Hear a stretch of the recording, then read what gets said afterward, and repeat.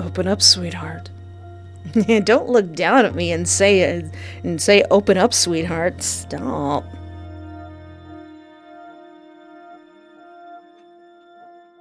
Hello and welcome to my YouTube channel. I am Espoir David, and today I'd like to play a little more of How to Break Up with Your Yandere Boyfriend. Okay, in the last episode, everything was going well. Broke up with him successfully, broke up with Soren successfully. He came to the party with a new girl on his arm. I was totally fine with it. I was totally not fine with it. And a mysterious person who was shaped like him killed my boss, who was going to become my next boyfriend. Gee, it's almost like my boyfriend's a yandere, like the title says. So for this first ending, I'm going to stick to my guns. No shenanigans, no dilly-dallying, no shilly-shallying. No, you get nothing. You lose. Good day, sir. It might be best to put a little distance between you and him, especially with the breakup talk still looming ahead. So, instead of hugging or kissing him like you usually would, you settle for a warm smile. Unlike you, Soren leans in and presses a small kiss to your cheek. Stop! Either unaware of your reserved demeanor, or choosing to ignore it. Alright, instead of going, not doing anything, not looking at his photos, not helping him out in the kitchen, staying here in the living room. Before such an important conversation, you need a moment alone to gather your courage. Look at that meter. Look at that meter over there on the left. We are 100% determined. Cut the sentimentality and focus on your decision. But this isn't your first time. Of course, you can't compare your relationship with Saurin to your previous ones.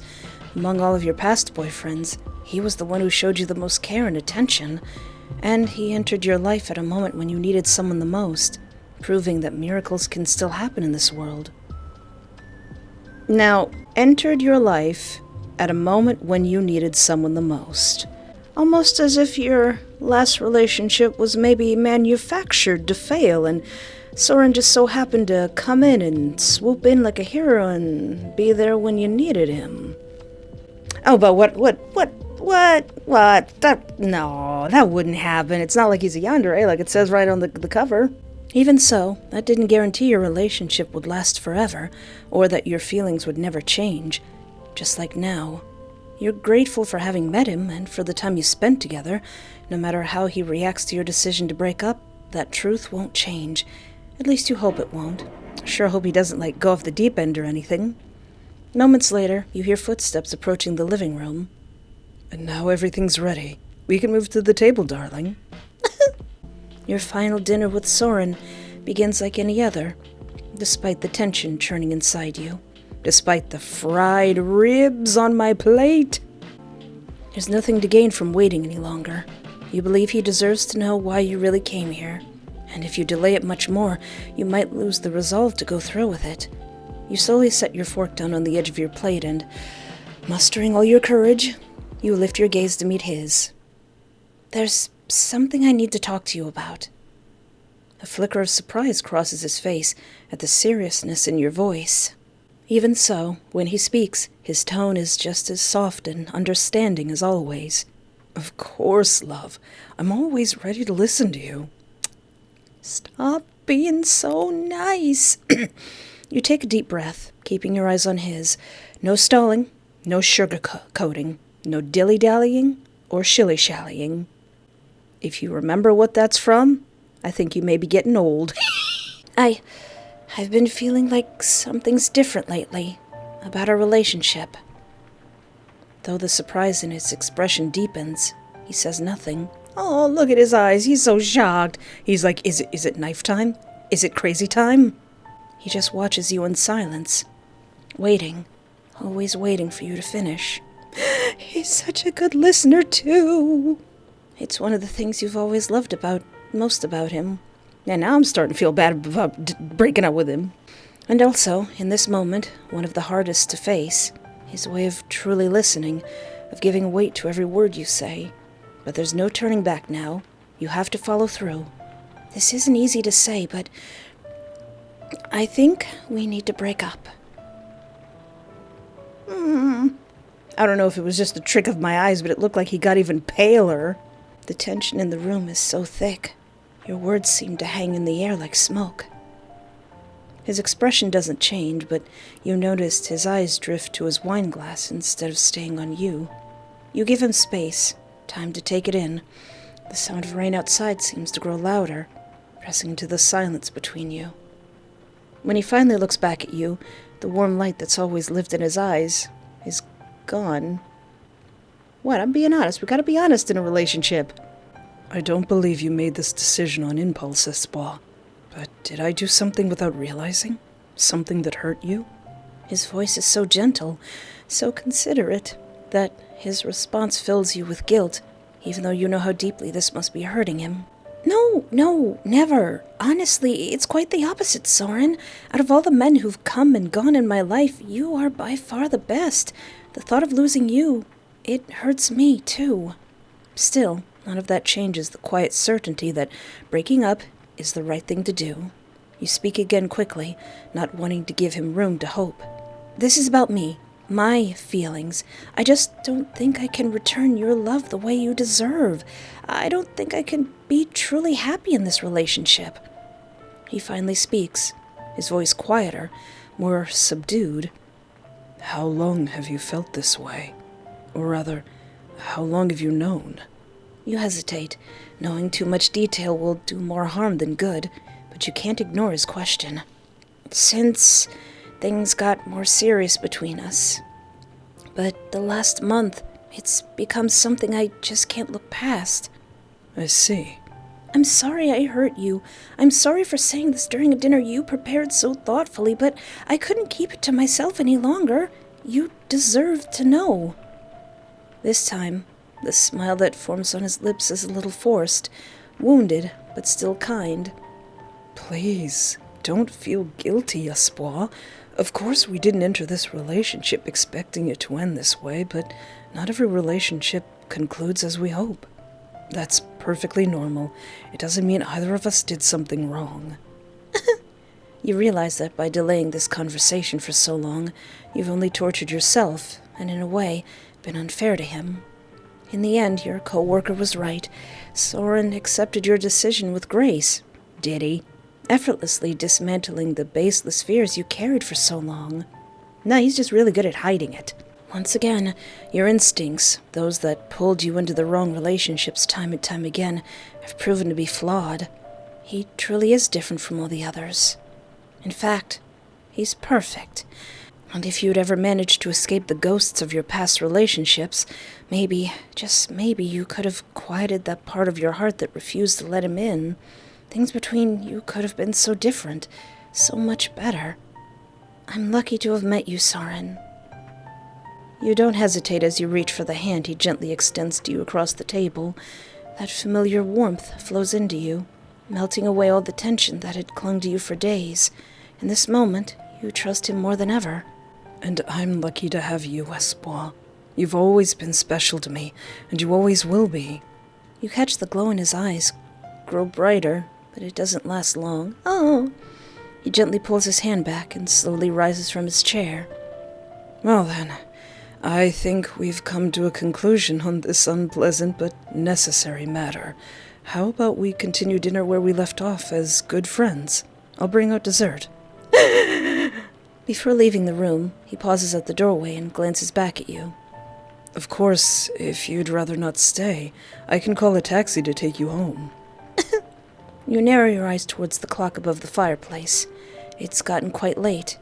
Oh, you're right. Time really flew. I think it's better if I head home now. Seeing you rise from the table and gather your things, he offers to call a taxi for you. Would you like me to pack some dessert for you? Creme brulee. I made plenty since it's your favorite. I doubt I can eat it all by myself. You see, he knows I'm lactose intolerant, but he knows I also like creme brulee. That would be lovely, but please don't go through any more trouble on my behalf. It's no trouble at all. He gives you a gentle smile before heading into the kitchen. You wait alone for the taxi, realizing he probably used the dessert as an excuse to be by himself for a moment. Even if your friendship continues, you know things will never be quite the same again. As you absent-mindedly scroll through your phone, you notice a message from your coworker. Are you okay? You decide not to reply. At least not now. You'll explain everything tomorrow anyway. Or maybe you don't really know the answer yourself. Are you okay? Shortly after, the taxi arrives. Soren emerges from the kitchen, holding a neatly wrapped package, and walks you out. Just before stepping into the car, you glance back at him. You look so spooky there, Pookie. Beneath the umbrella he's holding for you, his face is partially obscured by shadows, and you can't quite see his eyes. Maybe that's why, even his usually comforting smile, feels distant tonight. Good night, Espoir. Good night, Soren. We're still friends, though. We can still play Mario Party together. You slip into the taxi without delay, and soon you're leaving him and his home behind, and his mean little dog, too. Despite everything, a quiet sense of peace settles in your chest. You stayed true to your decision. Yay! After a month. Did you make the changes I asked before we sent it to the client? You're trying to stay calm despite your boss's usually irritating tone. Yes. All of them? Yes. Did you double check? Listen, sir. Yes. Are you sure? I'll get you, and I'll look like a bloody accident. Yes. Then why have they been calling me non-stop since the beginning of the meeting? Listen, sir, you're gonna have to not raise your voice at me, sir. Your boss's voice starts composed and ends in a shout, casting sudden silence over the entire office. Why don't you answer the phone and ask them? Your unexpected reply draws stunned looks from your coworkers. Your boss's face flushes bright red with rage. Just as the phone rings again, he answers and puts the call on speaker. A familiar, dreaded voice fills the room. It's the client who has made your life heck lately. Hello? Hello, Mr. Miles. Sorry for the delay. I was in a meeting. Is there an issue with the proposal we sent? Your boss's tone is now softer than a purring kitten after a warm meal. No, quite the opposite. I just wanted to say how pleased I am with everything. The changes you made, though you didn't inform me in advance, turned out to be very appropriate and necessary. Thank you. Your boss's face goes blank with confusion, and I just go, You, on the other hand, shoot a smug, I told you so, glance around the room. Putting it on speaker, trying to embarrass me, sir, who do you think you are? I'm glad to hear that. Unless there's anything else, I need to take care of something urgent. Of course. Have a great day. Your boss swallows hard a few times, clearly lost for words, before deciding to pretend nothing happened. He takes a sip of his coffee, only to grimace. Cold. Anyway, let's not drag meetings out like this again. That's all for now. As the meeting ends and your colleagues start filing out, you rise to leave, but your boss's voice stops you. Espoir, could you stay a minute? No, I might get you killed. You ignore the meaningful look your coworker throws your way and comply. Once everyone else is gone, your boss turns to you with a surprisingly softer expression. That was good work. How do you feel about grabbing dinner sometime? Listen, sir. You pause a little too long, thrown off by the absurdity of this meeting and how it's now delaying your work even more. Is this a surprise business dinner? Oh, no. So we're not meeting a client? No, I mean, yes. I mean, no client. Then I'll go ahead and book the usual table for the team. Your boss's face immediately returns to its usual strictness. For God's sake, Espoir, no client, no team. I'm talking about just dinner. Just the two of us. Oh, now I get it. Thank God. So, how about tonight? No. Your boss is momentarily stunned by your swift and definite response, but continues. Then how about Saturday evening? Thank you for the offer, but what I meant was that I don't want to have dinner with you, neither tonight nor on Saturday. Trying to keep you alive on this playthrough, sir. Didn't you see the title of this game? For the first time, you witness your boss blushing from something other than anger. It was just meant as an apology. I mean, I had no other... I'm sure, but if you really want to apologize, please do it in front of everyone at the next meeting, just like when you scolded me a moment ago. Unless there's something else. No, of course. You're free to go. Leaving your thoroughly embarrassed and confused boss behind in the meeting room, you return to your desk, where your coworker immediately pounces on you with excitement. What did he say? Tell me right now or I'll die of curiosity. I'll never forget the look on his face when the client thanked him over the phone. I wish I had taken a photo. Wait, did he actually apologize to you? As you sit down and toss the files onto your desk, you mutter, Worse, he asked me out to dinner. Just then, your coworker, who was raising her mug to her lips, spits out her sip. What? Calm down, you'll choke. Under the strange looks of a few people passing in front of your desk, you help her clean herself and the desk with a napkin.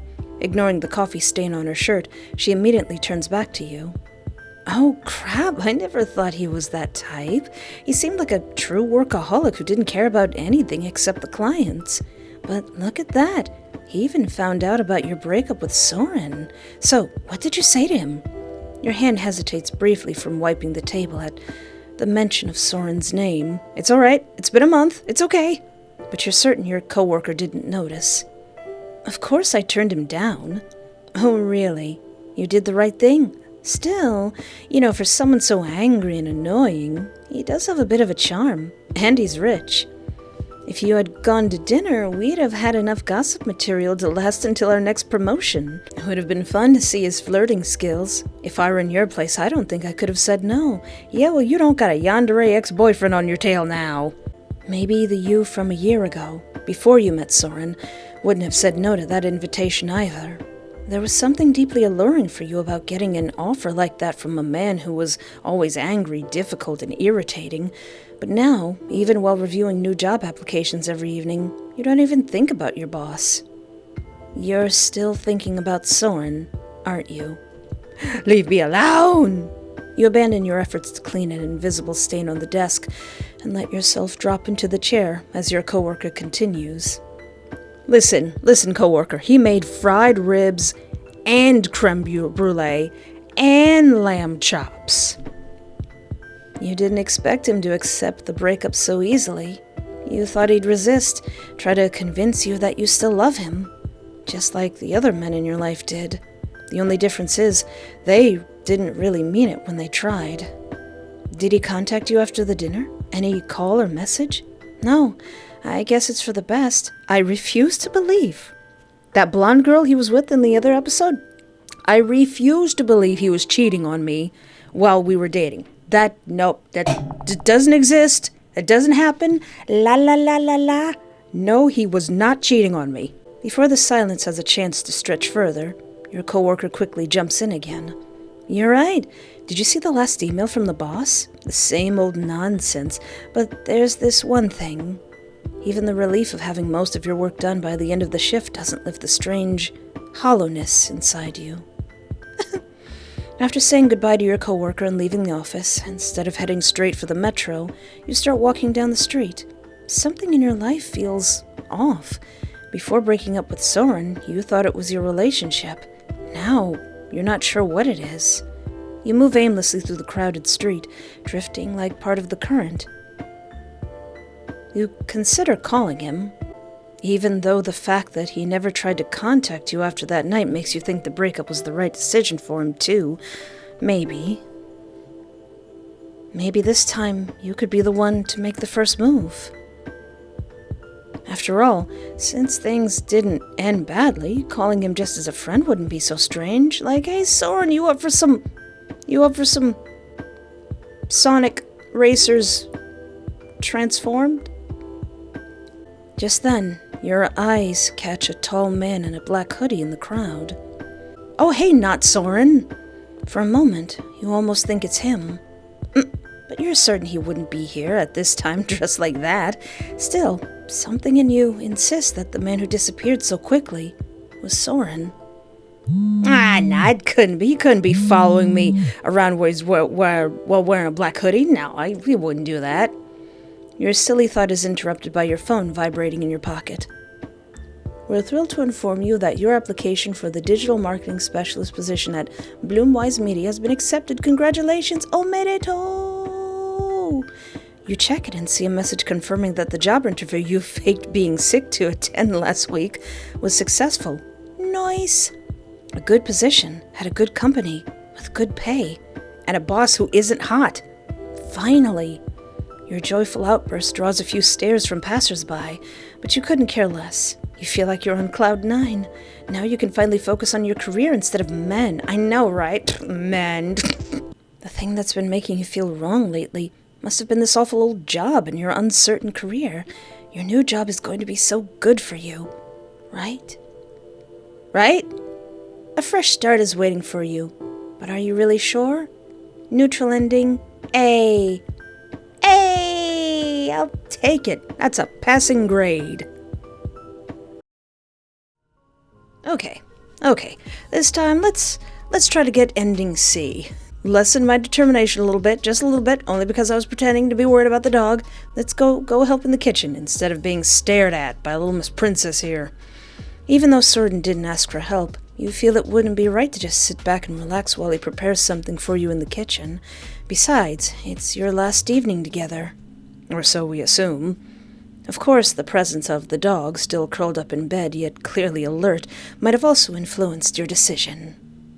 As his footsteps fade down the hallway, you leave the living room and follow him into his spacious, airy kitchen, nothing like the small open kitchen in your studio apartment.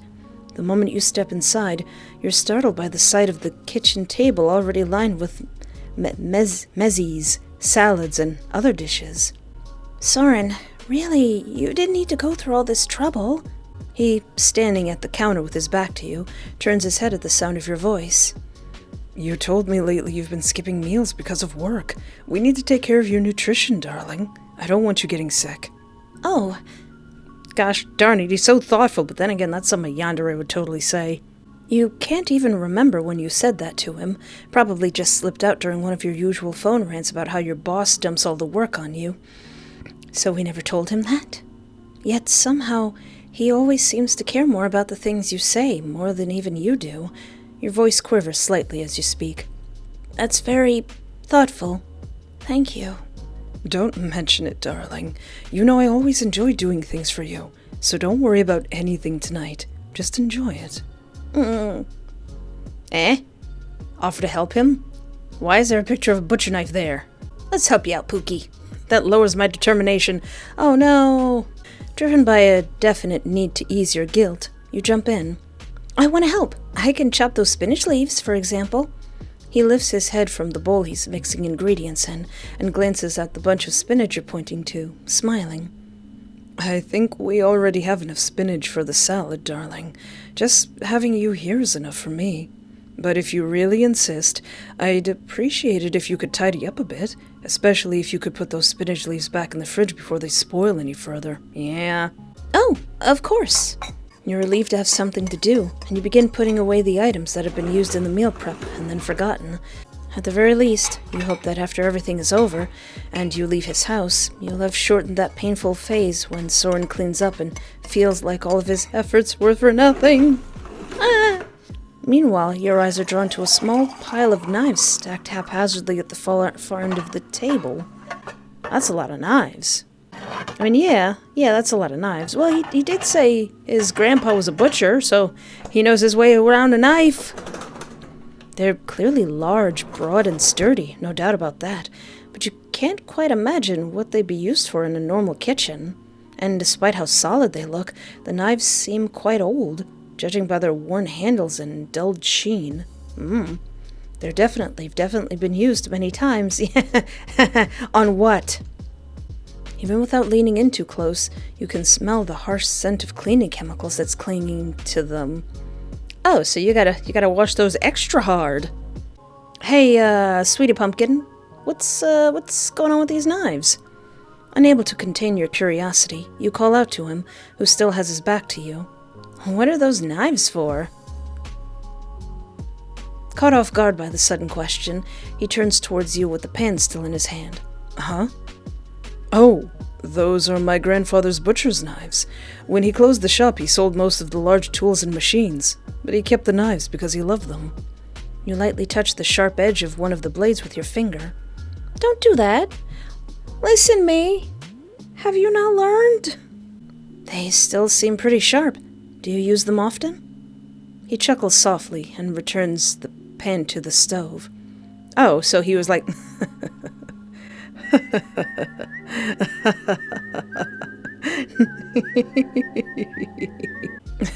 They still come in handy from time to time, sure. But mostly I just clean them now and then and keep them for sentimental reasons. Let me handle them, sweetheart. You might hurt yourself, yeah. Hurt myself. I recently cut my thumb with a knife and it's still healing. It hurts. You're right. I'm clumsy enough as it is. Heeding his warning, you back away from the knives and open the fridge door to put away the last few items from the table. Oh. As you do, your attention is drawn to the top shelf, packed with plastic-wrapped packages of meat. That's a lot of meat. It's clearly recently stocked up, but there's a problem. Only a few packages seem store-bought. Most of them don't have any kind of label indicating date, type, or weight. A chill runs down your spine. What if the mouth-watering smell filling the kitchen right now is coming from one of those packages? Where did you get this meat, Soren? I don't see any dates on them.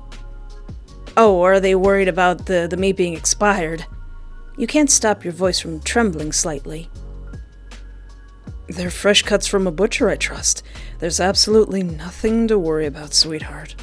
That butcher wouldn't happen to be Tate Frost, would it? Would it?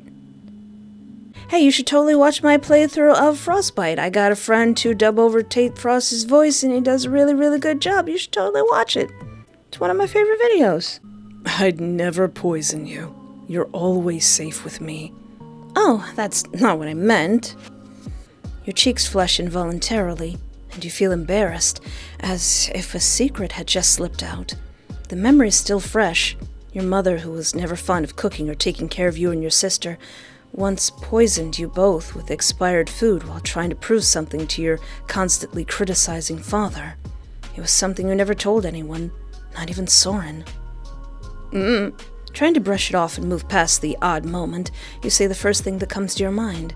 You've definitely been eating a lot of meat lately. Just trying to stick to my diet with this new weight training I've started. So tell me, you think it's paying off? I doubt I can give a proper answer with that sweater on. Stop me. We're trying to break up with him. The words slip out before you can stop them, and you immediately regret your thoughtless remark. But his response catches you even more off guard. I could take it off if you'd like. As your gaze shifts to him, you catch something intense in his eyes, and you feel a rush of heat start in your belly and spread through your body. You haven't had sex with him since the thought of breaking up first crossed your mind. That period has been unusually long for you, yet you never thought of it as strange. Soren has always been more reserved and understanding than your previous boyfriends, and intimacy was never a big part of your relationship. But now, you notice he's being more forward than ever. Tee-hee-hee, tee-hee-hee. Yeah, let's not lower that determination anymore. How about after dinner, Pookums? Of course, you can't break the news to him right here and now, so you have no choice but to postpone it. You have to bring up the issue during dinner, otherwise your impulses might take advantage of his boldness and muddle everything. That'll be for later. You swallow hard, trying to smooth the crack in your voice. Right now, I'm starving. Soren's laughter fills the kitchen, finally breaking the tension in your weight. Then let's make sure you're nice and full first, darling. Come on, let's eat before the meat gets cold. As you follow him into the living room, all you can do is pray that, for once, luck is on your side. Your final dinner with Soren begins like any other, despite the tension churning inside you. Oh no, I don't have enough determination to tell him. Well, let's just continue eating, I guess. Finish my chops. Mission failed successfully. As you finish all of the meat on your plate and run your tongue over the remaining sauce on your knife. Aww, you lift your head, only to lock eyes with Saurin. Your cheeks flush involuntarily as you quickly set the knife back down. Given how fast you cleared your plate, you're sure you must look like you've been starved for weeks. It was really delicious. You know, I've only been eating ready-made stuff lately. Miraculously, when Soren looks at you, he must see something other than your oil-slicked face, because he smiles warmly. Oh, get you a man who loves you even after you look feral after your meal. I'm so glad your appetite's back, love. When I first saw you at the door, I almost thought you were sick. Your face looks more alive now. You regret skipping makeup, but try to not let it show on your face. Must have just been exhaustion. Most likely. Would you like me to fry up a few more chops for you? All I've had for breakfast right now is oatmeal. And chops sounds delicious. Despite how full you are, something stirs inside you at Soren's generous offer, an odd hunger returning without warning. But is it real appetite, or just a distraction from everything else you can't bring yourself to focus on tonight, your last evening with him? Either way, it doesn't justify making Soren go through the trouble in the middle of dinner. As you scan the table to consider other options, your eyes drift to his plate. You notice he's only halfway through what's already a generous portion compared to yours. Still, his chops look different. What does this mean? Spicier, crispier, somehow more flavorful. Am I going to do the girlfriend thing and eat off his plate? Surely he didn't save the best for himself. It's probably just your greed skewing your perception. Whatever the case, your mouth waters enough to turn back to him. There's no need to trouble yourself. Maybe I could try a little from yours? They seem kind of different. Soren's smile remains in place, yet you catch a flicker of darkness in his eyes. Oh, I didn't think you'd notice. You're right, love. It's game meat. Male mouflon? A type of wild sheep. What are the warnings of this game again? Is cannibalism part of them? Is it really sheep? The butcher said it was fresh, so I wanted to try it. Still, it might be a bit heavy for your stomach. Well, now I just want to try it more. Are you challenging me, man? His tone stays gentle, yet there's a faint hesitation buried in his words.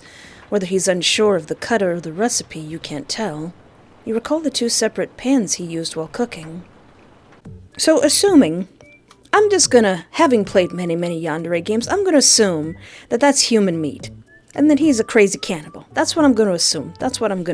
How thoughtful is that he even used a separate pan? He's not secretly feeding what I am going to assume is human meat. He used an entirely separate pan. Man, how am I supposed to break up with you? Such a considerate, possible, alleged cannibal. Oh no, speaking of cannibals, maybe you got the meat from Bob Velseb. Another game that I played, you should totally check out that video. Most likely, the unlabeled meats you saw in the fridge came from the same animal. Even so, your curiosity outweighs your caution. You're ready to ignore even the risk of food poisoning. I doubt a single bite could hurt. It must be delicious. Everything you make is. Soren smiles again, though something in his gaze shifts, curiosity replacing caution. Are you sure? I've never been more certain. Tilting his head slightly, he speaks in that familiar soft voice. As you wish, my love. Instead of moving the cut to your plate, he rises and walks over, slicing a small piece just for you. Rain pounds against the windows, and for a moment, the clang of the knife against the dish blurs with the storm outside. Oh. Open up, sweetheart. Don't look down at me and say, open up, sweetheart. Stop. The gesture feels strange, but you're used to Soren's occasional bursts of romantic whimsy, so you let him feed you. You place the piece of meat into your mouth in one bite. Soren doesn't take his eyes off your face. Chew it well, my love. Gonna have to get my husband to feed me meat intimately. As the meat melts on your tongue, a burst of spices comes first, followed by something unexpected. A lighter, sweeter note hits your palate. How is it? There's a subtle tension in Soren's face, as if he can taste the meat himself through you. You know he always gets a little nervous when trying out a new recipe on you, but this feels different. It's human meat, isn't it? Isn't it? Isn't it, Soren? That's why you're doing all this song and dance, 'cause it's people! The delicious meat is people! You can't help but wonder if he's unusually sensitive to criticism about his cooking. Thankfully, at this moment, there's nothing on your mind but praise. Delicious! Now I understand why you didn't want to share. I was only teasing. It's truly amazing. How about giving me your butcher's address? His expression softens completely. No need for that. I'll make it for you any time you like, my love. For a few unannounced seconds, the warmth of Soren's palm cradles your cheek. Then his thumb gently wipes a drop of oil from the corner of your lips. You catch a glimpse of him bringing that thumb to his own lips before he returns to his seat. His plate stays on your side of the table. Please, eat as much as you want. I'm so glad you're open to new tastes. Next time, I'll prepare something even more special. Whatever you say, Hannibal Lecter. Next time. Oh yeah, we're supposed to be breaking up with him. You have no idea if there'll be a next time, but you don't push it. I'll be looking forward to it. Just promise me it won't be during the holiday season. Soren's only response is a sweet laugh. As you take another sip of wine, the lingering taste remains on your tongue. You reach for another piece of the chop.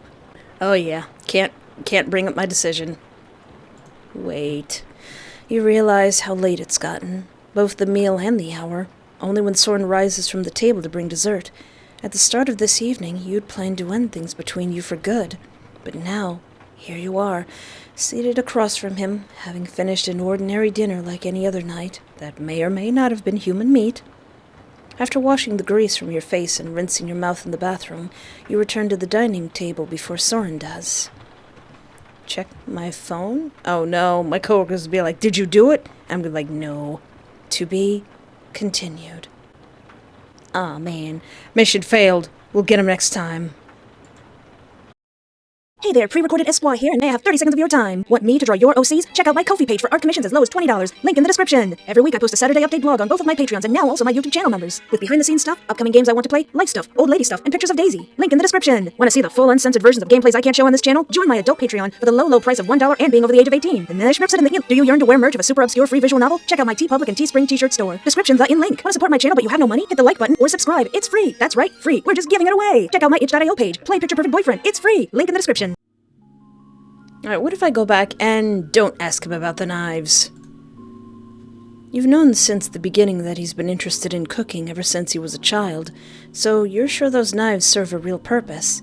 Instead of wasting time with meaningless questions, you start gathering them up, only to realize just how sharp they still are, despite their age, the moment your hand brushes against one. As the cut on your hand starts bleeding quickly, a gasp of pain escapes your lips. Dang it, not again! Ow! He immediately sets the pan down and rushes over to you. Are you okay, love? What happened? Let me see. I was just trying to clean up the knives, but I cut myself. You wince from the sharp stinging as you show him the wound. Luckily, it's not too deep. I'll grab the first aid kit right away. Please, just sit here and wait for me, darling. You sit on the chair he pulls out and rests your head on the table, consumed by pain and frustration. Yeah. While waiting for him to return, your mind drifts to strange thoughts. Maybe this is karma. Maybe karma won't even let you enjoy the meal your soon-to-be ex-boyfriend has cooked. Then, that's when you notice a faint vibration on the table. Aw. Lifting your head, you see Soren's phone buzzing rapidly beneath a snack wrapper. You still remember the password he entered next to you months ago. Maybe he hasn't changed it. Uh-oh. Snoop? Don't snoop? I don't think I've ever snooped before. Let's snoop. For someone like you, who's been cheated on more than once in past relationships, and found out each time by snooping through a boyfriend's phone, this move is almost instinctual. If I check his phone, and it turns out that he actually was cheating on me with that blonde woman, I will flip this table. Maybe you'll find a clue that'll make it easier to break up. No matter how devoted Soren seems, you know better than anyone that no man is ever quite what he appears to be. Check his messages, check his photos. Messages. Since checking messages is always the most basic and secure method, you quickly go there. He It doesn't take long to realize the most recent message is work-related. So, does she know what you did? What did you... You skip it and start scanning through his latest conversations, and just as his boring chats begin to wear down your patience, one message suddenly jolts you. It's from Lars. Sent a month ago. All prior messages have been deleted. Soren left the question unanswered, so it's up to you to figure out what Lars meant. Does she know what you did? Lars? Why does he have Lars's number? Was that thing I said before correct? And Soren's actually been sabotaging my past dates? But you don't have to anymore. How Soren and Lars met, what happened between them, or what that message means, none of it matters to you now. Not when you've already decided to break up with Soren and leave Lars in the past, so you decide not to dig into it any further. Is this because I didn't text Lars back? Just then, the sound of his approaching footsteps becomes audible, prompting you to immediately put the phone back in its place. He appears at the door shortly after, immediately approaching you with the first aid kit. He gently cleans the cut on your hand and carefully wraps it. Will you be able to eat with this hand, my love? Karma briefly rears its head again in your mind, but with the pain subsiding, you're able to respond to him in a more neutral tone. It's not that big of a cut. I think I'll manage. I shouldn't have asked you to do anything after your long day. I'm really sorry for that. Just as you're about to drown in guilt, you jump in quickly. Please, don't say that. It was just a small accident. He, still looking very apologetic, places a gentle kiss on your forehead before getting up from the chair beside you. Thank you for helping, my love. I'll take care of the rest. Now you hold on a second there. You're not getting off that easy. You check his photos. Knowing that most men tend to forget to delete photos that are automatically stored, you make your move here instead. However, contrary to what you expected, Soren's photo library is filled with pictures of you.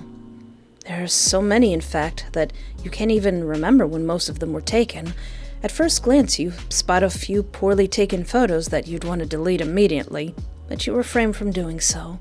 It's likely that he'll do that for you at the end of the night. Yeah, because we were supposed to break up. Yet, among them is one, apparently taken during a video call, where you're wearing that pink striped gray hoodie you loved but lost during your move. Your hair is in a messy home bun. You look careless, yet somehow perfect in a way you could never intentionally capture. Oh, the fact that this photo will be deleted at the end of the night is enough to make you feel a bit sentimental for a moment. Just then, the sound of his approaching footsteps becomes audible, and you slam the phone down. No, I wasn't looking at anything. So now that we've mentioned Lars, what if we do, go back to the beginning, go all the way back to the beginning, and on our way to Soren's house, we get a text from Lars. Out of the blue, our ex-boyfriend Lars sends a, "Hi, it's been a while. I hope you're doing well. Sorry if I'm bothering you. I just wanted to know if you're coming to the party tomorrow." Finally, you overcome your hesitation and let your fingers tap against the keyboard. What do you want, Lars? Hi, Lars. Yeah, it really has been a while. I haven't decided about the party yet. Oh, we're going. We're totally going. Truthfully, since you highly doubt you'll find anything decent to wear by tomorrow, you'll probably end up using your breakup as an excuse to skip your friend's birthday party altogether. Either way, there's no need for Lars to know all that. Your thumb hovers over send. Just as you're about to slide the phone into your pocket, another vibration pulses against your palm. I understand. The speed of the reply surprises you, especially considering Lars was never exactly known for being prompt when it came to answering texts. Yeah, he's kind of a butt. I also realize my question must have sounded stupid. I just figured you'd be coming with your boyfriend. And if you two were going to be there, I was thinking of skipping it. No, I'm just as undecided as you are. There's something about Lars's messages, so different from the careless, confident attitude you remember that leaves you momentarily unsure of how to interpret them. So we found a message from Lars on Soren's phone. What you do understand is that he seems less interested in whether you're attending the party and more concerned about whether your boyfriend will be there. But why?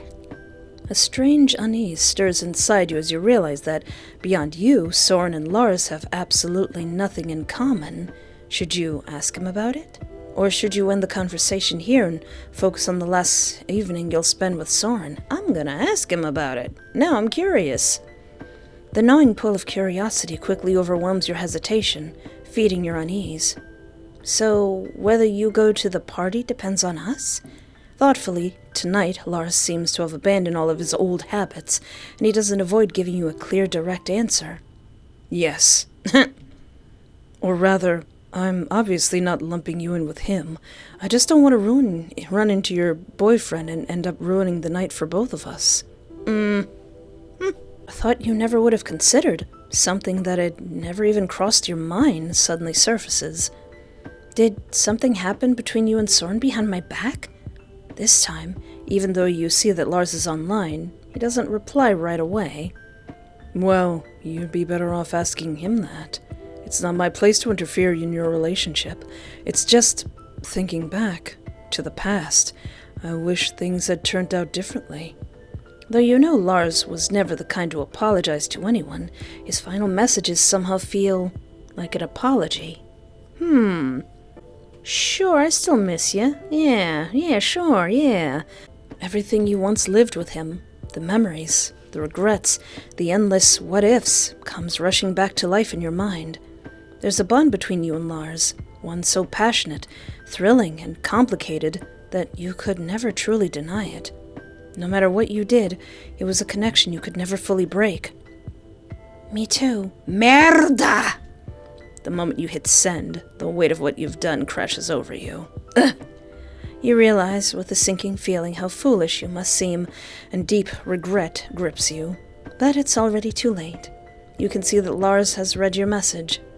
Without waiting for any response, you shut off your phone in shame and shove it deep into your pocket, leaning your forehead against the car window as you struggle to steady your breathing. You could always quickly say, "Wait, I didn't mean it like that."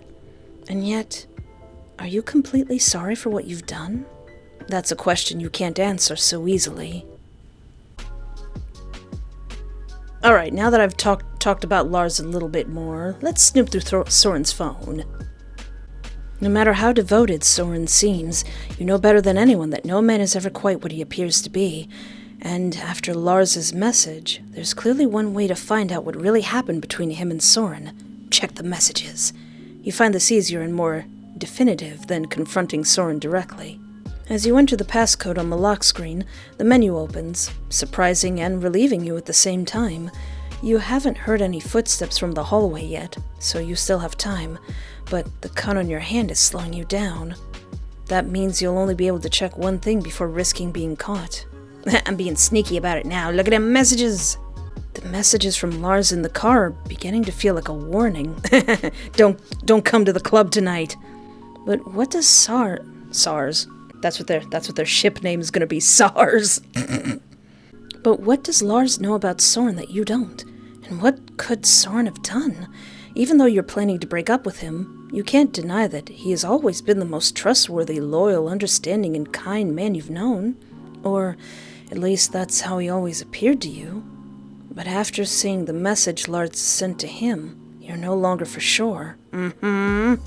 You can't completely see him the same way anymore. Before the night ends, maybe you should send Lars another message to find out what really happened. It's not like this will change anything. You were going to break up with Soren anyway. My determination is kaput. His understanding should make you happy, yet it only tightens the knot in your chest. The reason you never told him about the debt was because you didn't want him to think you were after his money, like Lars did. Of course, Lars never admitted to thinking that way, but you could tell his perception of you changed after learning about your debt and how much it was. Aww. He must have assumed you'd try to profit from the expensive gifts he gave you, because after the breakup, when you sent everything back, he had someone you both knew relay the message that it would have been more appropriate for you to keep them. You didn't change your mind. You don't even know what ended up happening to those gifts. Lars, who's never worked a day in his life to pay a single bill, probably gave them to some woman who came over, or just threw them in the trash.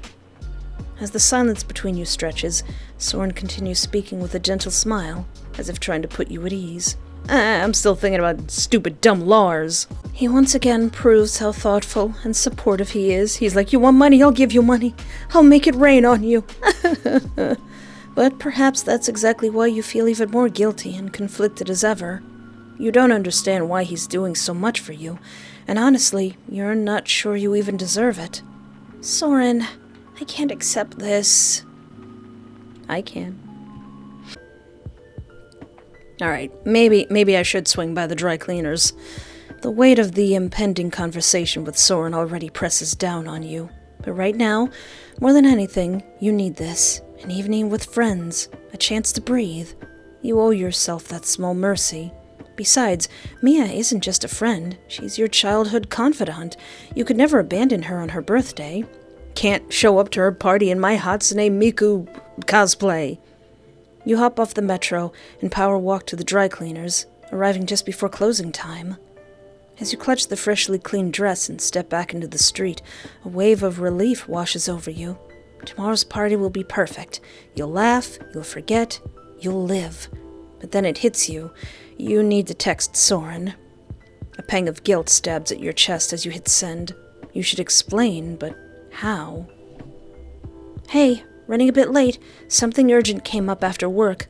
Hope that's okay. His reply pings instantly. No worries, babe.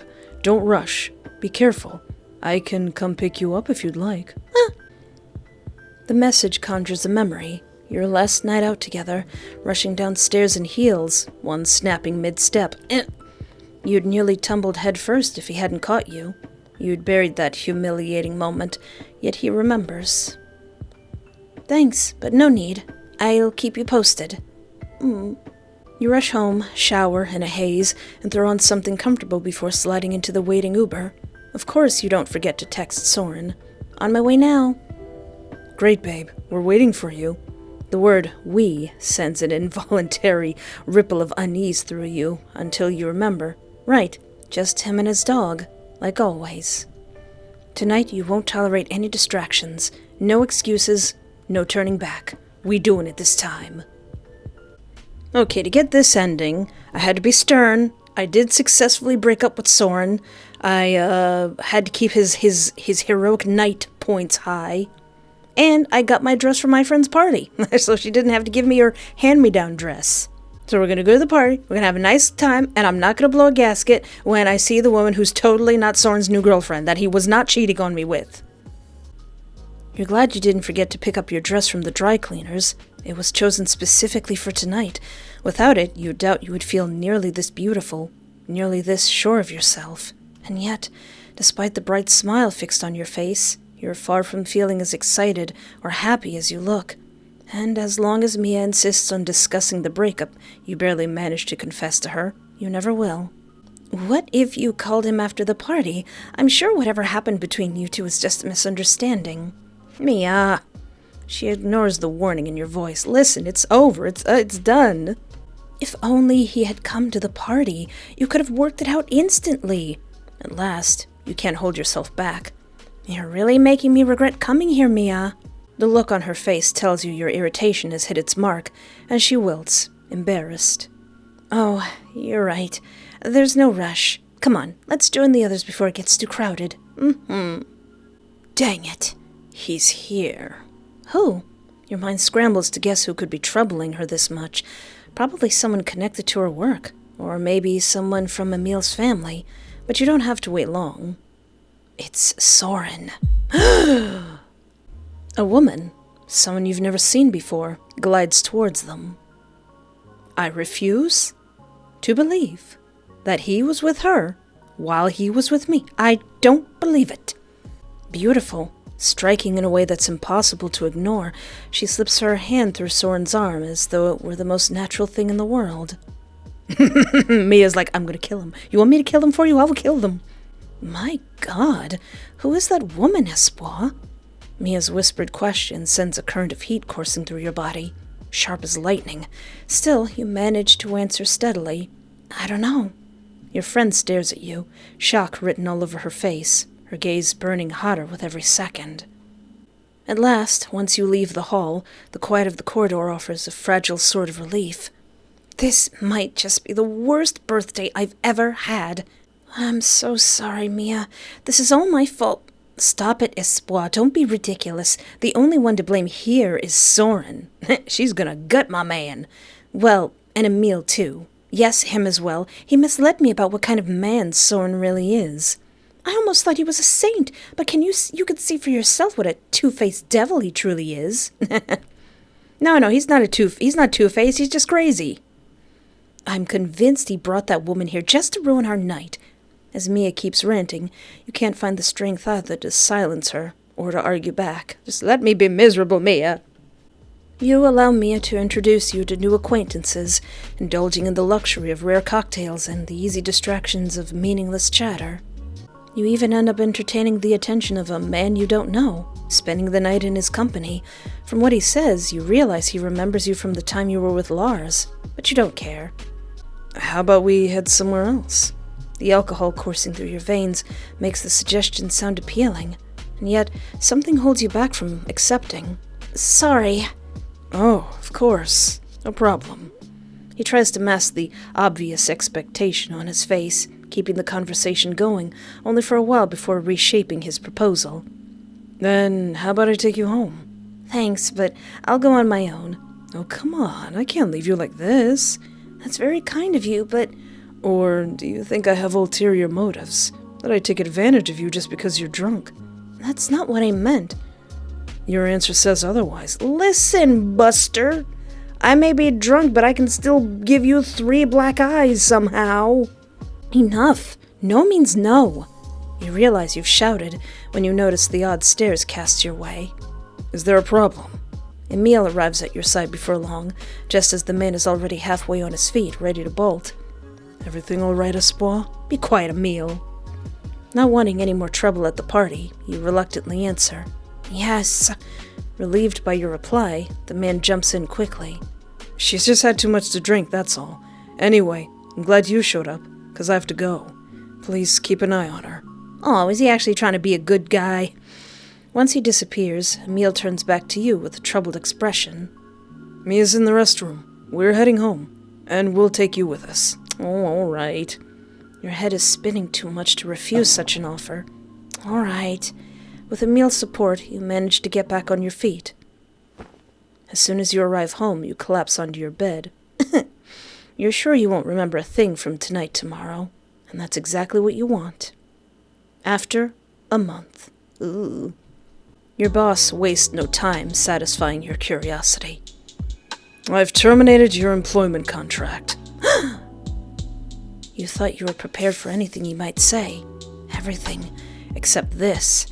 No matter what, after all the effort you've put in and all the mobbing you've endured, you never imagined you'd be fired so suddenly. Yeah, I guess I'm still hung up on Saurin. Everything's not going well. You're foolish enough to hope that because you tolerated your boss's mistakes, your own mistakes might be overlooked to some degree. You can't exactly call this your first time. I've been messing up left and right. In fact, you don't even think it'll make the first page on your list of life's stupid mistakes. Aww. Thus, your shock quickly gives way to exhaustion. The rent, credit card debt, and all the other bills waiting for you at the end of the month. At this moment, you don't want to think about any of it. The only thing on your mind is leaving here as soon as possible. Oh, is this the Desperation ending? All right. Although your boss is surprised at how quickly you've accepted the situation, he immediately forgets about you while answering another call. Yeah, in the last video, I was like, you can't fire me! I'll beat you up! I actually fought for my crummy job. Truthfully, there's no reason for him to fear you. You're not going to fight back. To avoid having to discuss anything further, you quickly leave the room. As soon as you reach your desk, you push the files aside and start gathering your own things. When your coworker arrives with a stack of files, she sets them down on the desk and turns to you, worry written all over her face. What happened, Espoir? Don't tell me. You don't give her a chance to finish. Yeah, I've been fired. The shock shows on your coworker's face. Oh, I can't believe it. Really? My God, that guy is completely unhinged. Actually, you might be mad at me, but I can't help saying this. I think this is for the best. You deserve better than this place. You can see how sincere she is while saying this, though it doesn't make the words any more convincing. If you deserve better, then where is this better? Why can't you actually ever have it? Maybe this is all that's meant for you, what you're entitled to. Thank you. Really. Since you've been here, the office has been a little more bearable. I'm glad I got to know you. Oh, me too. I'll call you Espoir. Really. Noticing the sadness in your eyes, she tries to help you instead of prolonging the conversation. Then she witnesses your struggle to fit your belongings into a box. Wait, I'll bring a bigger one. Oh, but you must be swamped, and you still have to deal with that client. You mean the client he passed to me during the meeting? We won't even be able to handle him for a few weeks without you anyway. Thanks to your coworker. Well, now your ex-coworker. You manage a small smile. By the way, I'm also going to HR. You sign all the documents handed to you without really listening to HR's procedural explanations. The staff, clearly new to their jobs, seem pleased that you're handling everything without causing trouble, and at least they promise your final payments won't be delayed. At this point, you're far beyond expecting any reassurances from words alone. At your desk, you find your ex-coworker has already packed up all your belongings. Thanks, girl. Even saying goodbye to her feels exhausting, so you skip farewells to the others. After what happened during the meeting, they already feel threatened and show little concern for your departure. So you leave the office and walk back to the metro for the last time. There's so much you need to do. You have to start applying for new jobs as soon as possible, limit your expenses for a while, and even find some items to sell secondhand for extra money. Now, after being just freshly fired, I think you shouldn't worry about that. At least give yourself a day. 1 day to rest. It's not like everything's gonna mountain slide on you after 1 day. Just give yourself 1 day, maybe 2 days, to just chill and relax, because that is stressful. But when you board the metro, set down your box, and take your phone in hand, none of that is on your mind. Hey, that's a game that the developers made. I need to play that. A notification from a fake social media account draws you to a new short video posted by Nora. Oh yeah, the woman I'm stalking. Nora, the new girlfriend Soren brought to Mia's birthday party. After hours of scrolling through social media out of boredom, you finally manage to find her name and account. Since that day, you can't help but check everything Nora posts. The fact that she shares your interest is a cruel coincidence. Seeing her daily updates from film sets, photo shoots, luxury venues, shopping trips, and even Soren's house fills you with a strange feeling. Twitch. You wouldn't call it exactly jealousy. It's more like this life should belong to you, and Nora's just trying to claim it as her own, as if she were a mere imitator. Yet the only thing Nora's truly taken from you is your boyfriend. She's still pretty, though. On your phone screen, you see Nora sitting in a cafe, flawless makeup, elegant dress, smiling. She talks to her followers about how busy her day has been. A faint cough in the background confirms that there's a man nearby, though you're not sure if it's Soren. At least your ex-boyfriend keeps his habit of staying out of her social media posts, avoiding showing up on his new girlfriend's account. Hey, allegedly, we're not sure. As the video ends, with Nora puckering her lips and blowing plenty of kisses, you feel a tight knot in your chest. Is something awakening in you and you're gonna become Miss Steal Yo Girl? You still can't shake the doubts that crossed your mind when you saw their closeness at the party. Somehow it feels as if Nora and Soren's relationship is happening on a film set. Maybe it is. Maybe this is all a big ruse. But since there's no one you can share this with and get confirmation from, you're afraid it might all be nothing but paranoia. That cafe is along the metro route. Maybe you could go watch them from afar and see what their relationship is really like. Oh, you mean like stalking? Oh, is that what we're gonna do? But why? What does Soren's relationship with his new girlfriend have to do with you? What good would knowing bring you, right? Does it even matter anymore? Besides, you feel far too exhausted to dwell on something so trivial. Me in the game, what are we gonna do? Wait, am I the yandere boyfriend? Going home and resting is the best thing you can do. The stress from work and lack of sleep must be making you have such absurd thoughts. Once you rest completely, you'll get rid of all this. You're sure of it. You probably won't, will ya? Bed. As soon as you return home, you throw yourself onto your bed with the kind of careless abandon you've been craving these past days. Sleep quickly wraps around your mind, silencing every voice inside it. When the sound of a notification forces your eyes open, the room is still dark.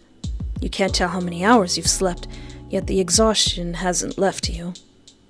Still, you don't neglect to check the notification. Nora's posted something new, but this time, instead of automatically tapping on it, your fingers freeze midair. Really, how long are you going to keep this up? Watching every day as someone else lives the life you wish were yours? A happy career, a happy relationship, a happy circle of friends?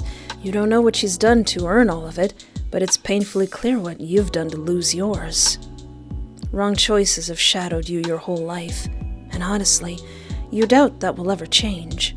The job you thought was finally on track has let you go. The relationship you thought was the most reliable, the man you trusted the most, crushed you in a single night. Now, you're expected to move on with your life. But how? Oh. As you sink back into the bed, the only thing you want is to rest a little longer, to gather some strength. I only feel this way because I'm tired. You get to sleep. Tomorrow, everything will be different. Yet, when you wake early the next morning, forgetting to turn off the alarm you'd set for work, nothing has changed at all. You try to ignore it, preparing a simple breakfast and scrolling through job listings, but the effort is so draining that you find yourself crawling back to bed for a nap. After months of being starved of real sleep, what harm could it do to indulge your body just a little? Just a few days. It won't hurt anything. Did a few days turn into a few months? And yet, as the days slip by, instead of easing, the exhaustion only grows heavier. Every day, every hour, you set new alarms to force yourself out of bed, to push yourself into doing something, but it's all in vain. It's not just the job hunt anymore. Even the simplest, most ordinary tasks feel like torture. The time you spend in bed stretches longer and longer. When you finally grab your phone from the couch, dead from not having been charged in so long, it's only noon. You plug it in and wait impatiently for it to come back to life, your only real desire being to order some food. After all, you've been putting off grocery shopping for so long that there's nothing left to eat at home, and you're starving. But the moment the screen lights up, before you can open anything, an insistent call takes over. Mia! Just ask Mia for some food. Get some bologna from Mia. Of course, it's Mia. She's been out of town of work lately, so you haven't seen much of her, and honestly, that's for the best. Ooh. If she saw you, or the state of your apartment right now, you could only imagine the things you'd hear from her. Oh, she's gonna yell at me. Still, despite everything, she's the only one who keeps worrying about you. Your coworker gave up after a few ignored calls and texts, but Mia never will, you know that. So you take a deep breath, trying to pull yourself together a little before you answer. Why is your phone off, Espoir? I've been trying to reach you for hours. You don't even get the chance to come up with a new excuse before her angry voice fills your ear. Sorry, I just fell asleep, and I forgot to charge my phone. That only makes her angrier. Do you know how many times you've said that in the past month? Every single time I get worried. You never used to be like this. I know, but I told you I've been feeling a little unwell lately. I'm just starting to recover.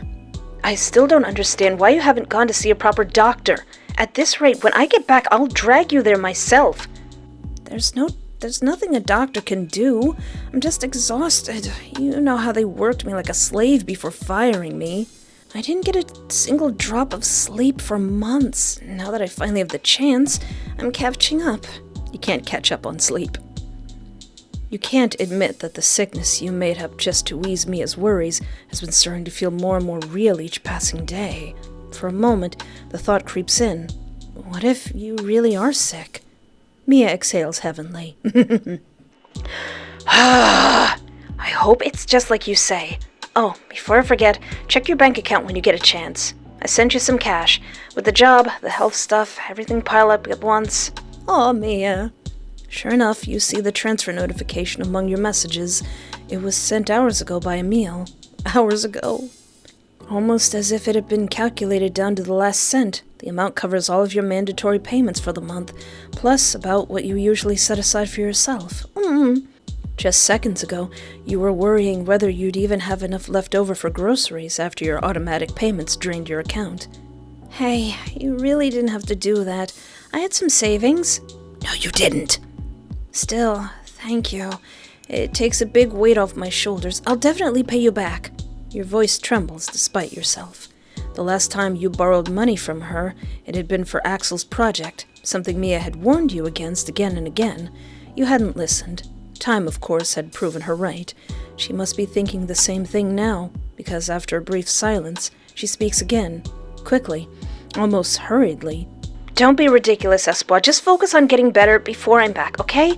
I have to hang up now. The meeting's about to start. Talk soon. Talk soon. Thank you, Mia. You're the best. You're the greatest. When the call ends, you collapse onto the nearby couch. There's still someone who loves you. Someone who cares. You're almost certain you don't deserve even a fraction of that love. That doesn't change the fact that when Mia returns, you can't let her down. It's time to get yourself together. Yeah! To lift your spirits, you order your favorite meal and head for the bathroom. Luckily, your bathroom stash has somehow lasted this long. By the time you finish a long bath that loosens every muscle, your mood feels lighter, at least compared to recent days. You set a timer on your phone after applying a forgotten face mask you found on the shelf. Is it still good? Do those expire? While waiting, you wander around the apartment, and the sight that greets you shakes you. A mountain of dishes piled up on the counter, clothes strewn everywhere, garbage left unemptied for days, filling the air with a sour smell, and countless chores left undone. I'm too particular. I wouldn't let it get that bad. I mean, it gets pretty bad around here, but I'm not going to let it get that bad. But then again, depression does do that to you. You hurry back into the bathroom, deciding not to dwell on it. It's nothing you couldn't handle, but the real problem isn't the chaos in your apartment. It's the chaos in your head. When the timer goes off, you stand before the mirror to peel the mask off. Aww. Through the steam that has clouded part of the glass, your own reflection stares back at you. Cool. Oh, it me. How can your own eyes look at you with such cruelty?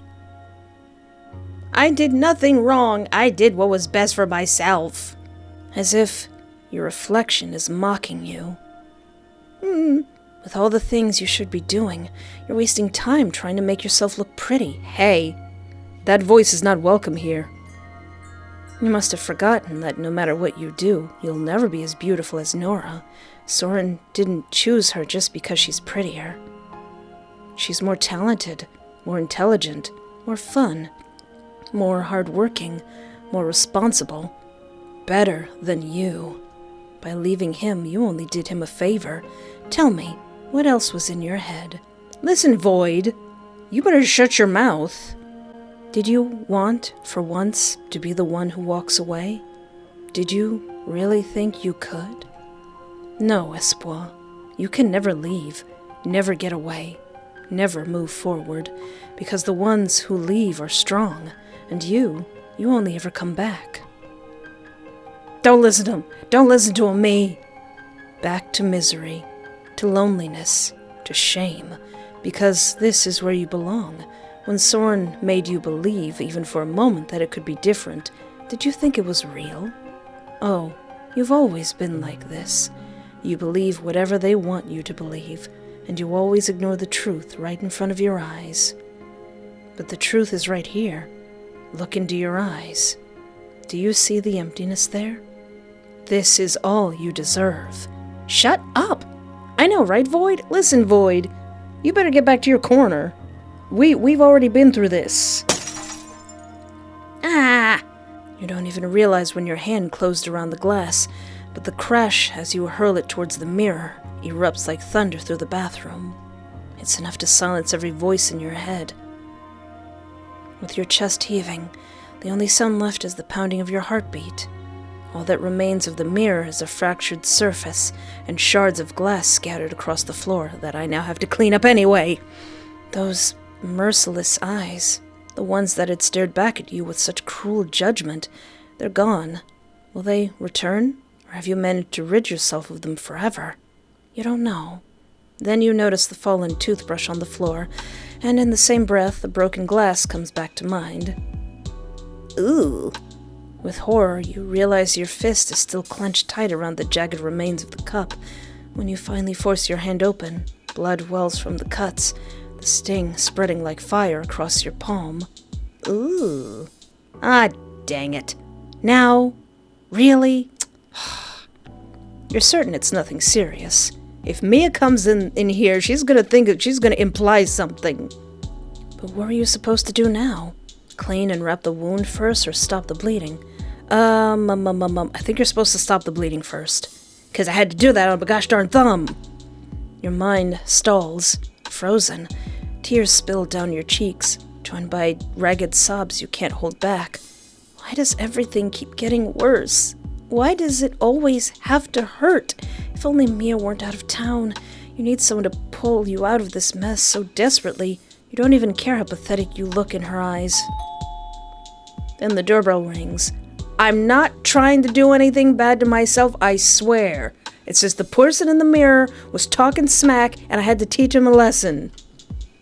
At first, you think it's from a neighbor, yet when it rings again, sharp, insistent, you realize it's yours.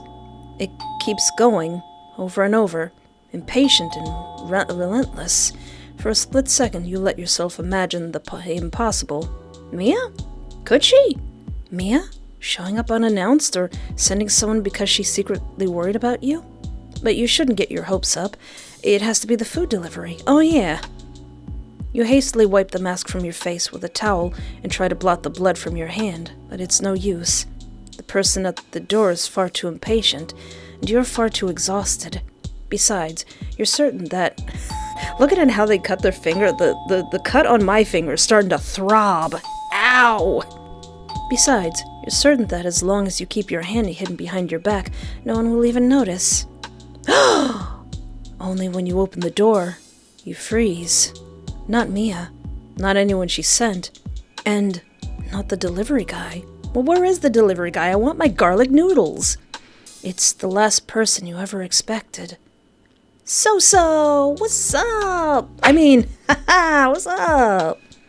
Your ex, the one you haven't seen since Mia's birthday. Hey, don't look in my house right now. Pretending everything is fine feels impossibly difficult in this moment, yet just as impossibly necessary. What are you doing here? What is he doing here? The spare keys to the shed in the garden. Yes, that's why I came. You can't help but stare. Soren, of all people, out of breath and flustered. You've never seen him like this.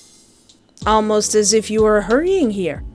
Almost as if you knew I cut myself real bad and I was bleeding. Almost as if you're a creepy yandere who's got a camera in my house. What keys are you talking about? He hesitates, a faint flush creeping onto his face. Well, I left the jacket with you, the one where I kept the shed's spare keys. I lost the original. I need that key. The realization that all his worry is over something as trivial as a key makes your shock fizzle into flat disbelief. Your hand throbs, blood still seeping from the cuts, and the last thing you want is to stand here explaining yourself to him. He's going to imply something. Yet slamming the door in his face isn't an option either. I shipped your jacket, with all of your other things. I got the confirmation it reached you. Yes, everything arrived without issue, but the key wasn't there. It must have fallen out without you noticing. Can I come in? No. No, don't look. He's gonna be like, you live like this, queen? Before you can answer, Soren pushes his way inside. Pushes his way inside? His impatience so startling, you flinch. Wait, I'll look for it. You've never even seen the key. You wouldn't know it if you did. Hey, I said stop! You try to shove him back with one hand, but it's not enough. The other hand betrays you, slipping out from behind your back and brushing against his chest. Ugh. The second you attempt to yank it away, he seizes your wrist. Your hand! Espoir, what the heck happened to your hand? I wasn't trying to do anything unbeknownst to myself, I swear. I love and cherish my life. I would never. You weren't prepared for the sharp edge of his voice, and your throat tightens as you scramble for the right words. It's nothing, just a small accident. Just the me in the mirror was talking smack. It's nothing, just a small accident. A small accident? He repeats the words, incredulous, disbelief blazing in his eyes. Inside you, two feelings collide, shame at being caught like this, and a twisted warmth at someone actually caring. Lose the bathrobe and get dressed. 2 minutes. We're going to the hospital. Oh. The second I told my husband that I cut my finger, he's like, "Do we need to go to the hospital? Do you need stitches?" Like, immediately. Phone already in his hand, ready to take me to the hospital. I was like, no, it's just a cut. It's just a teeny cut. It's already healing. Soren has always been gentle, patient, and understanding. You don't fool yourself into thinking there's any other reason for this. Thanks, but I can handle it. I don't need you. I said 2 minutes, Espoir. Tell me what to do. If you waste them, I'll change your clothes myself. Even if you wanted to argue, his eyes make it perfectly clear just how serious he is. Oh, all right. Not because you told me to or anything. Your face warms against your will as you hurry into the bedroom. From the sounds behind you, you're certain Soren hasn't waited patiently. He must have pushed the bathroom door open. And when he sees the state it's in, he's gonna be like, "What did you do? What? What if he thinks you hurt yourself on purpose?" A fresh wave of shame floods through you. A sharp knock on your door snaps you back. You're still not ready? Who do you think you are, my dad? You throw on the first thing your hand lands on and step outside. The shame and tension knotting in you keep your eyes from meeting his. Not that he seems to notice. He's too preoccupied, snatching your coat and keys from the hanger and slamming the door shut with enough force to turn heads in the hallway. Yet Soren doesn't care about the stairs. In moments, the two of you are out of the building and sliding into his car parked nearby. At the hospital, the doctor who examines your hand says you'll need a few stitches. While the local anesthetic is administered and the procedure carried out, Soren stands by, watching every detail intently. Aww. It's hard to read his thoughts from his severe expression, but the creases across his forehead make it impossible not to believe he really is worried about you. He could never be the two-faced demon Mia claims, even if he did cheat with Nora, even if he came to that party just to hurt you. When the hospital visit is over, you return home. Walking in from outside only makes the mess of your apartment seem more unbearable. The dishes stacked high, the reek of old trash, the chaos everywhere. How could you have let yourself waste away in sleep while your home fell into this state? You must really be sick or depressed. Instead of leaving, Soren steps in with you. The two of you haven't exchanged a single word the entire time at the hospital. I'll just take a painkiller and lie down. You can look for your key yourself, can't you? For a moment he looks caught off guard, as though he'd forgotten about the keys entirely. Then he nods. Of course. You should rest. You don't hesitate, retreating straight to the bedroom and shutting the door behind you before collapsing onto bed. You never wanted Soren to see you so pathetic, so broken. No matter how close you got to a man, you always believed there was a line that must never be crossed. Once it was crossed, you knew your allure would vanish before his eyes. Of course, Nora probably doesn't need such tricks. But you're Espoir, and now you feel as though you've lost Soren forever. He saw me cry. It's all over now. Oh, don't think like that. Oh. When your eyes flutter open again, you realize you must have drifted off somehow. The thought of Soren springs instantly to your mind, jolting you to your feet. He's probably gone by now, and after everything he did for you, you could only hope he at least managed to find his key. Everything's clean, isn't it? You step out of the room, only to be met by an entirely different scene. All of the trash has vanished, the clutter picked up, the dishes stacked on the counter, washed, and even your long-unused oven is now releasing mouth-watering scents from something baking inside. And then he cooked me food? Soren! For a moment, you think you've walked into the wrong apartment. But no, there's only one possible explanation for what you're seeing, and you know it well. From the sounds, it's not hard to tell he's in the bathroom. You're grateful for that. The last thing you want is for him to see the tears filling your eyes. Why is he doing this? Does he see you as some pitiful shelter animal he's taken in? Nora, on the other hand, is a real woman.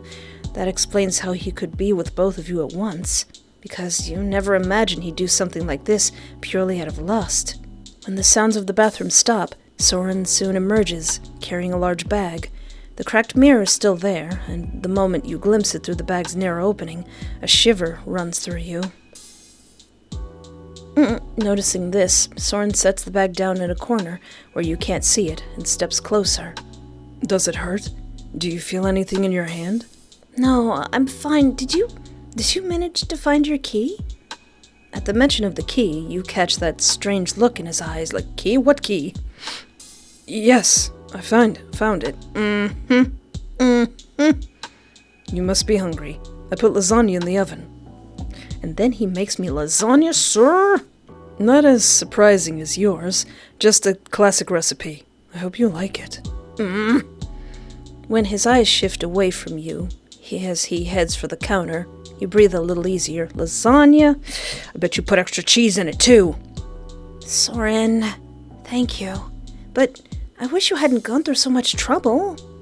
While setting the plates, he answers you cheerfully, as if he hasn't noticed the emotion in your voice. Don't worry. I brought the lasagna from home.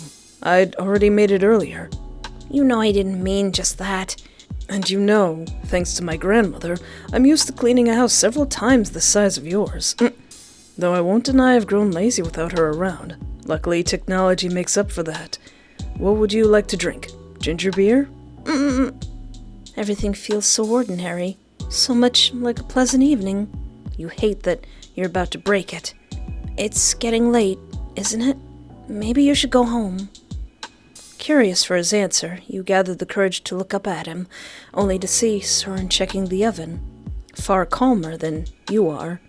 All right. I'll take it out of the oven and then I'll leave. Even the slight edge in his tone is enough to make you regret it. You feel the need to explain yourself. Don't take it the wrong way. I just thought your girlfriend might be uncomfortable with you staying here so long. You know, the girlfriend that you have, the girlfriend that we're talking about, that girlfriend, your girlfriend. There's no need to worry about my girlfriend, Espoir.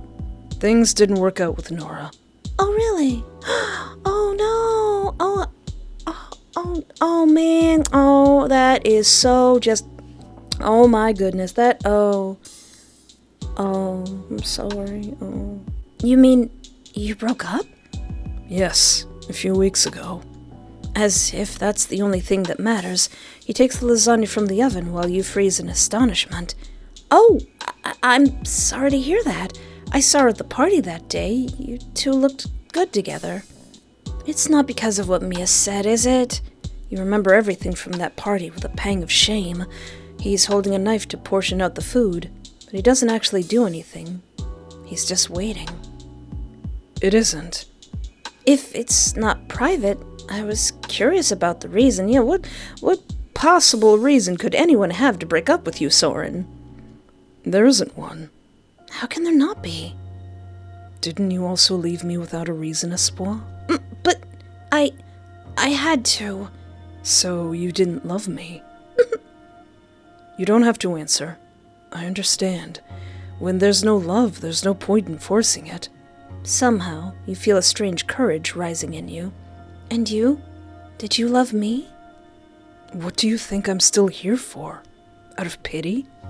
As silence stretches, Soren turns from the counter, and you see him smiling, yet his eyes are so dark. I'm not as good a person as you think, Espoir. You're the best person I know. I'm lucky you've only had awful people in your life.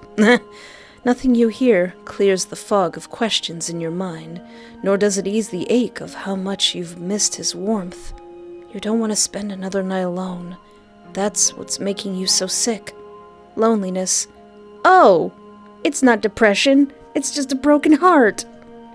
You throw yourself into his arms, and Soren holds you with the same fierce urgency. Oh! Drawing on the strength of his body, you feel unexpectedly energetic and happy. It doesn't matter. As long as you stay by my side, I don't care why you're here. Couldn't agree more, my love. For now. Would you look off to the side for? What do you mean for now? You don't want to be alone anymore. Neutral ending, D-. Can you pass with a D-? Well, I am. Why was he looking off to the side in that last frame? You. Absolute. Demon. El Diablo. You monster.